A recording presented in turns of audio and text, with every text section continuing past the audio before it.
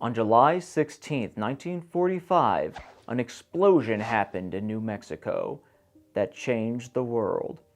The gadget, the world's first nuclear weapon, was detonated, releasing the energy equivalent of 25 kilotons of TNT, immediately turning the surrounding sand into a light green radioactive glass and ushering the world into the atomic age.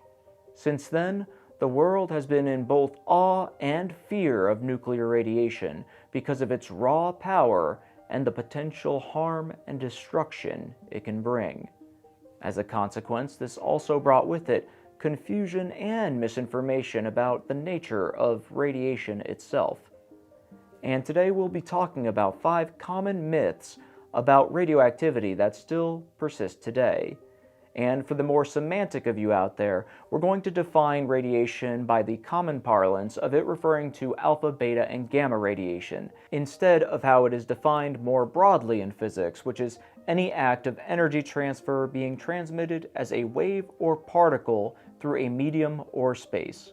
Yes, things like light and microwaves are considered radiation, but that's clearly not what we're talking about here. And I'm hoping this statement is going to save many smug comments, but I'm sure a couple of them will find their way to slip through.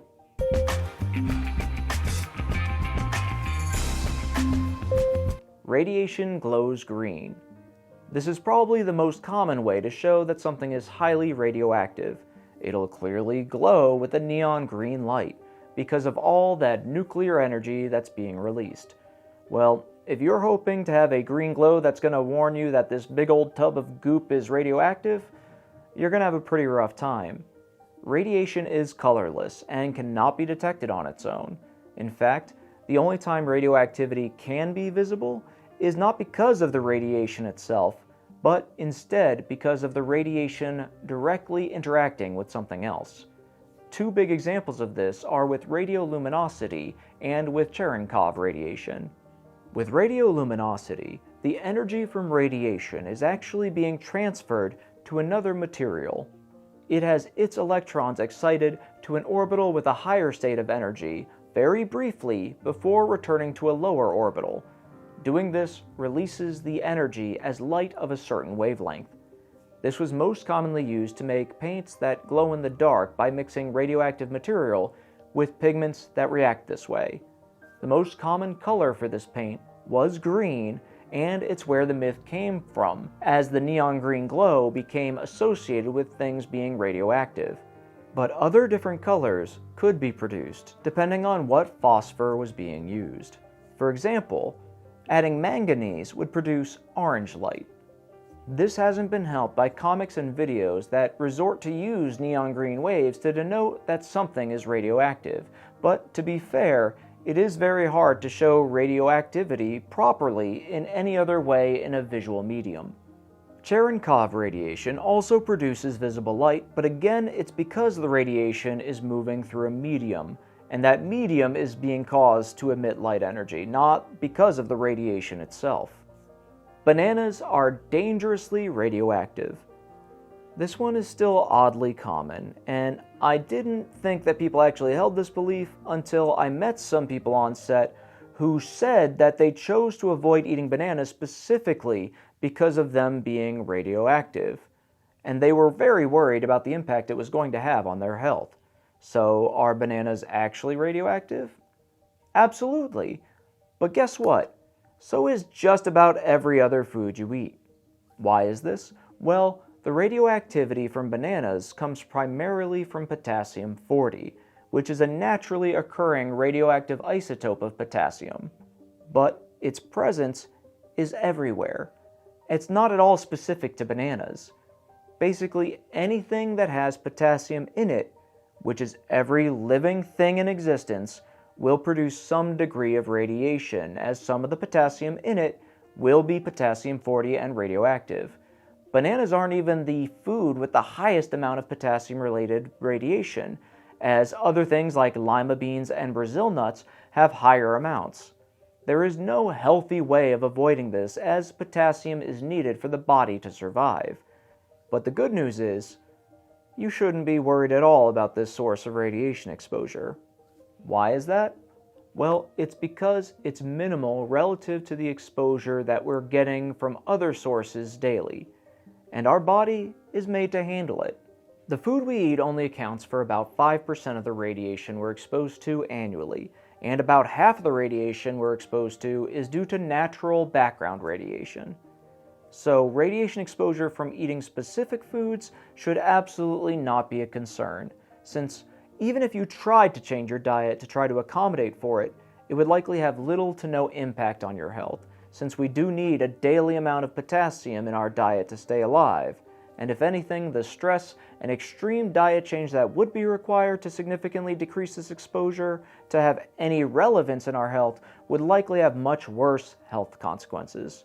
The only way dietary exposure to radiation would be significant would be if the food itself was abnormally contaminated with something much more radioactive, not from any naturally occurring radiation coming from the food itself. Radiation gives superpowers. Want a cheap and easy way to create a superhero? Just blast him or her with massive amounts of mysterious gamma particles and unleash the supernatural beast within. Works great in the comics, but not so much in real life. And I'm sure most people already know this, but heck, that makes for one great backstory. So why wouldn't this work? Well, it is true that radiation causes genetic mutations, and that mutations can lead to changes in how organisms can function, and rarely these changes can be beneficial. You should absolutely not expect this to happen, though, from being exposed to radiation. This is because the vast majority of mutations are either useless or harmful, causing genes to no longer function, or function in a way that could cause even more of a negative impact. Even though a mutation that is beneficial is possible, it's exceedingly rare. The second reason this would never happen is that for a mutation to actually work meaningfully, it would have to be the exact same mutation in at least a very large percentage of an organism's cells for it to have any effect. Ionizing radiation exposure causes all sorts of different and unpredictable mutations, and so it would never be able to create some kind of universal ability to whatever was being exposed. The only thing that it would be likely to cause would be an increased risk of cancer, since cancer can be caused by acquiring several different mutations in a cell line over time.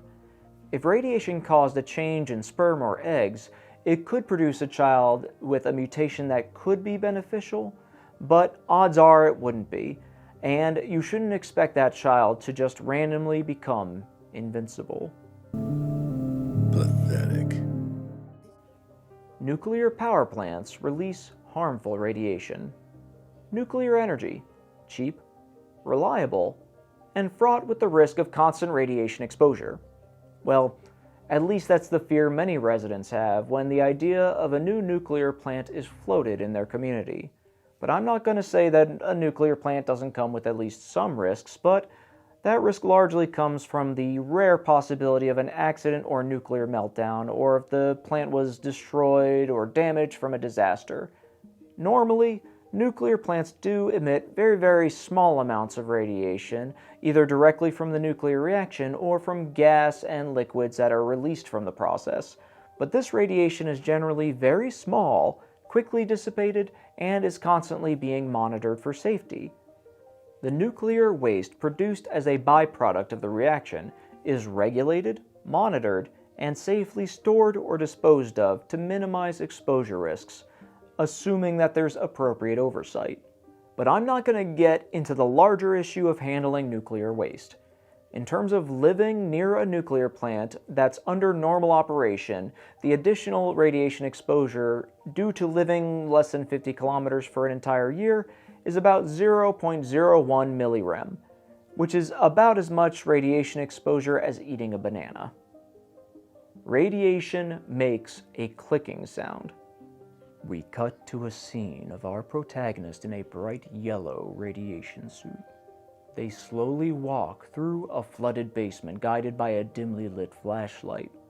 As they slowly guide themselves deeper into what very well may be their grave, we start to hear very faint clicking and popping noises. As our hero dredges on, the sound continues and intensifies. with every step leading to more and more intense sounds of static, and as it continues to strengthen, the beam of light from their flashlight, the only source of comfort they have from the darkness, starts to flicker. Barely fazed by this, the brave soul dares to continue on their mission deeper and deeper into the darkness, knowing that their sacrifice may end up saving countless lives if they're successful. And as they wade deeper into the murky water, the noise intensifies into a ceaseless racket. Their light goes out, and they are left in the black, empty void, cold, alone, and all the while being bombarded by the inescapable exposure to radiation that will surely lead to their death if they don't act soon.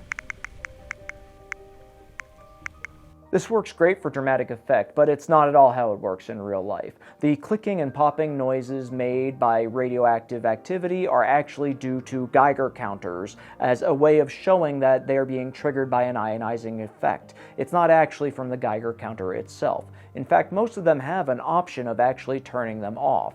The reason they do this is because the person that's trying to detect radioactive activity can focus on other things instead of having to constantly monitor a digital screen. This way they can just audibly tell how much radiation is present. So if there's not a Geiger counter present, don't expect to hear anything from radiation. Another fun fact, when a Geiger counter is being used, individual clicks are usually only present with lower amounts of radiation, but high and dangerous levels, if they're present, will run together so quickly that they'll produce a high-pitched squeal, and the counter may even sound alarms to warn the user of the danger present, which is much, much more terrifying. If you want to listen to an example of this, feel free to click on the card above for some nuclear nightmare fuel. Well, that's it for this video. I'm Frank Chopatini with Scalpel Solutions, who is the sponsor of this video, and I will see you in all your radiant beauty in the next one.